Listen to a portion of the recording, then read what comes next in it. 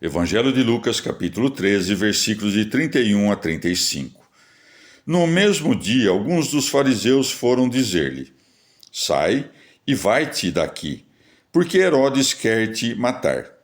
Ele respondeu-lhes: Ide dizer a essa raposa: Eis que eu lanço fora os demônios e faço curas hoje e amanhã, e ao terceiro dia estou no termo. Importa, contudo, que eu caminhe ainda hoje, amanhã e no dia seguinte, porque não convém que um profeta morra fora de Jerusalém. Jerusalém, Jerusalém, que matas os profetas e apedrejas os que te são enviados. Quantas vezes quis juntar os seus filhos, como a galinha recolhe os seus pintinhos debaixo das asas, e tu não quiseste.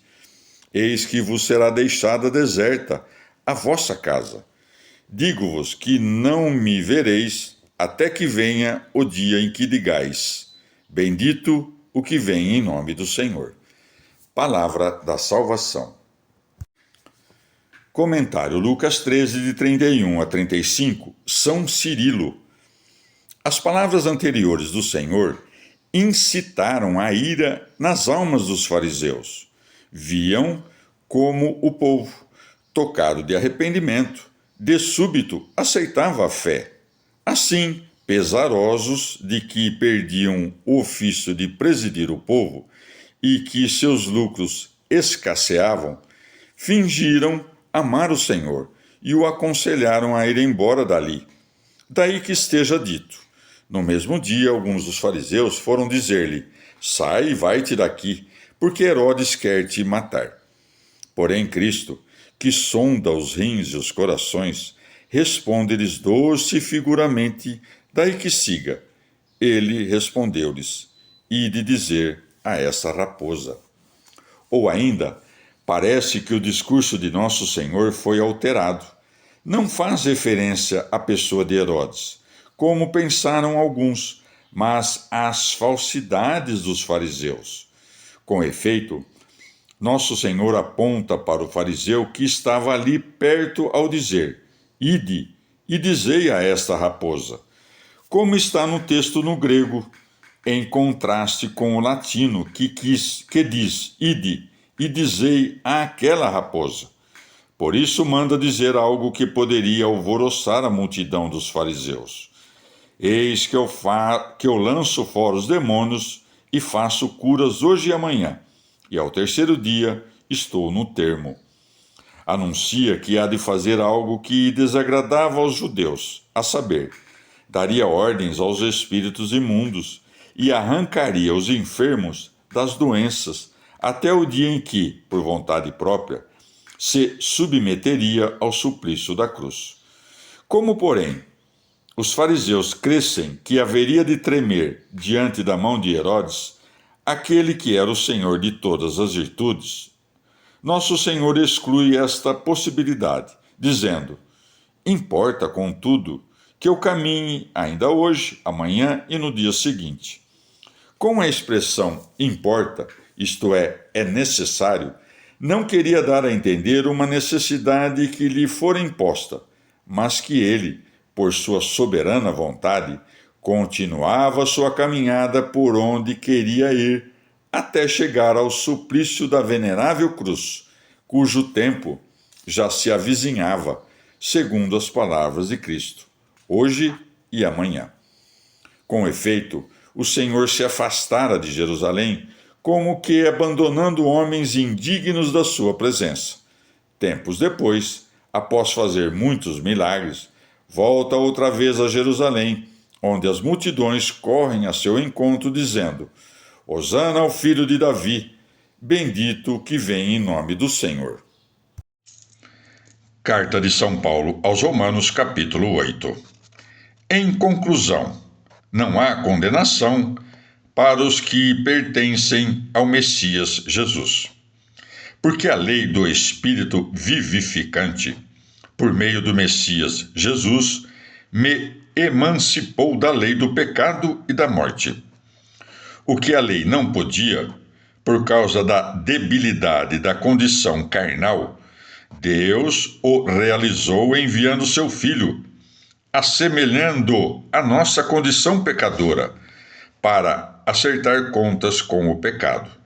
Em sua carne, condenou o pecado, para que cumpríssemos a justa exigência da lei, nós que não procedemos por instinto, mas pelo Espírito.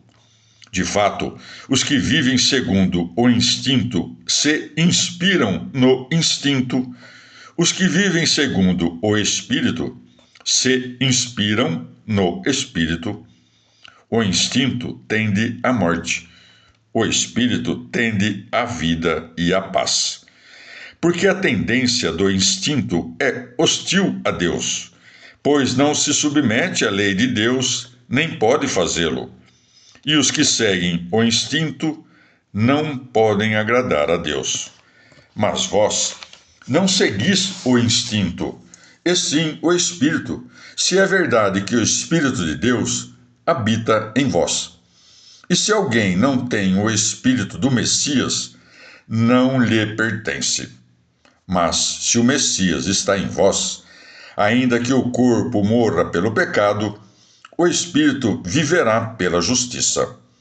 E se o Espírito daquele que ressuscitou Jesus da morte habita em vós, aquele que ressuscitou Jesus Cristo da morte dará vida a vossos corpos mortais, pelo seu Espírito que habita em vós. Portanto, irmãos, não somos devedores do instinto para viver de acordo com ele.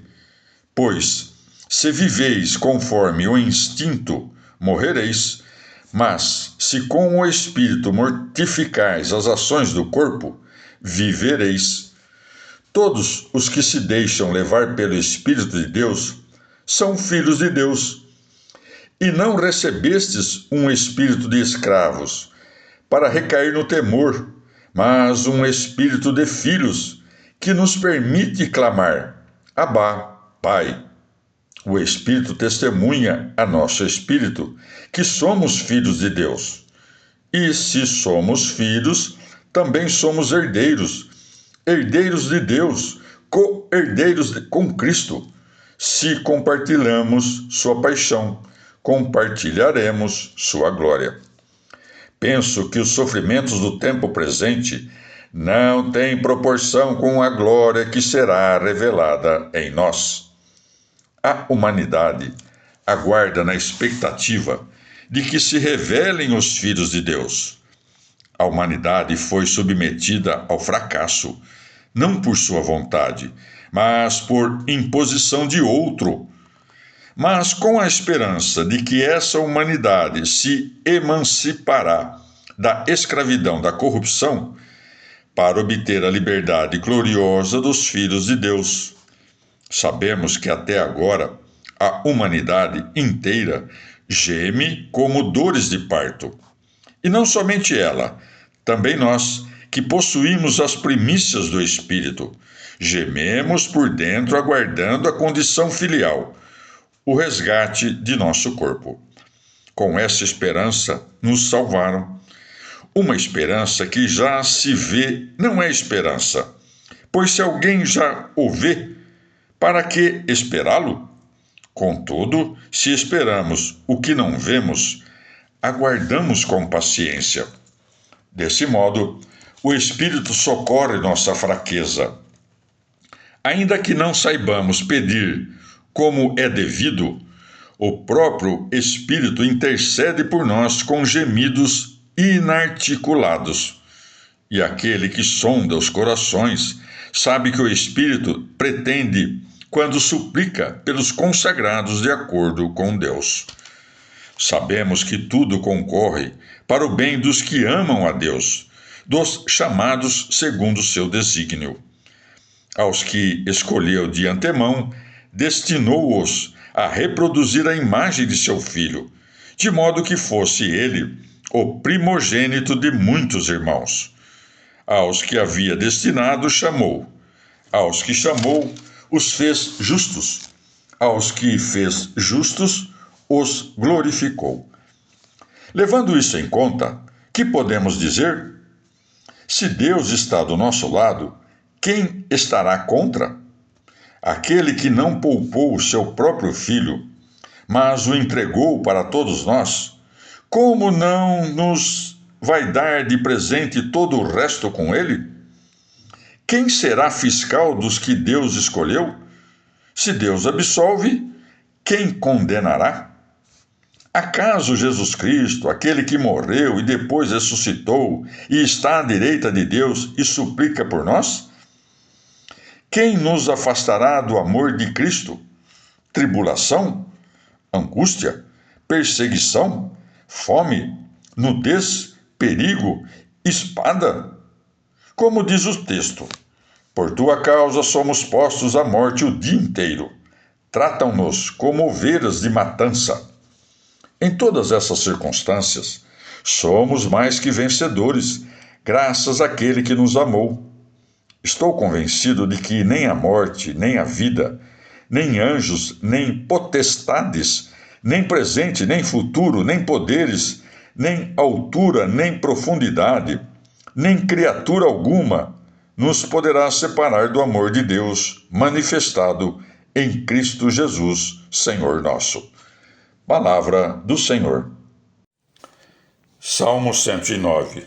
Deus de meu louvor, não te faças de surdo, pois uma boca perversa e traiçoeira se abre contra mim.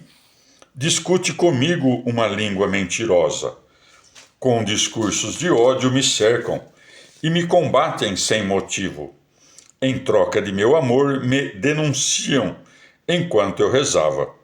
Devolvem-me mal por bem, ódio por amor.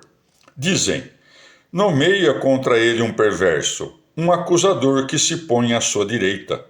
Saia condenado do julgamento, que suas súplicas fracassem, seus dias sejam poucos e outro ocupe seu emprego. Seus filhos fiquem órfãos e sua mulher fique viúva. Seus filhos mendiguem andarilhos expulsos de suas ruínas. Um usuário se apodere de seus bens e estranhos arrebatem seus suores.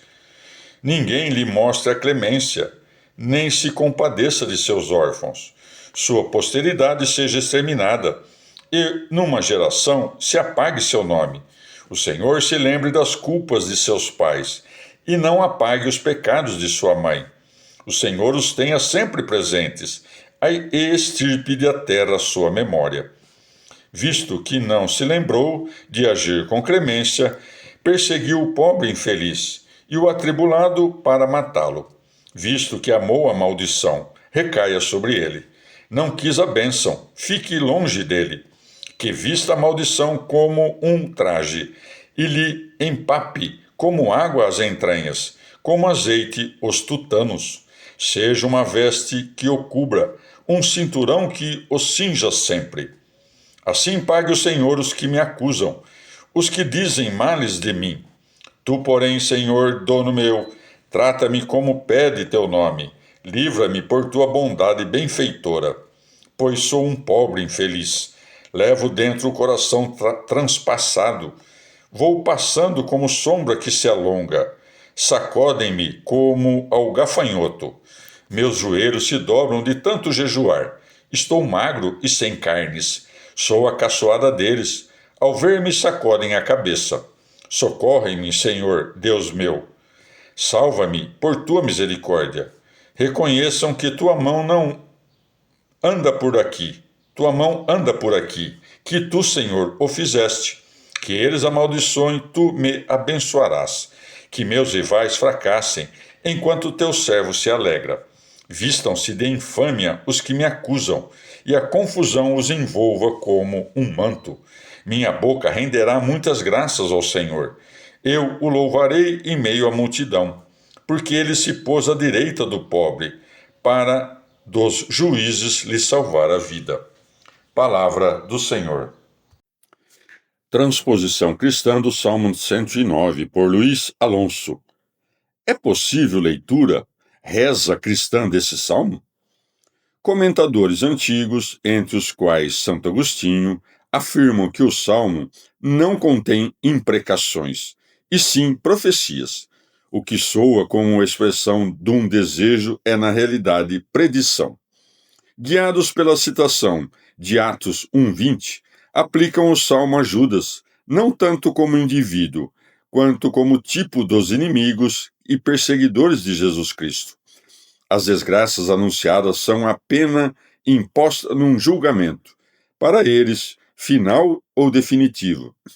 A distribuição de papéis que propus tornará mais fácil ou menos difícil a leitura cristã.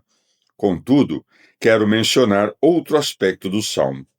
Diante das injustiças inveteradas, a exploração dos fracos, a corrupção dos poderosos, a violência, a tortura, sente-se ferver a indignação, subir e buscar saída.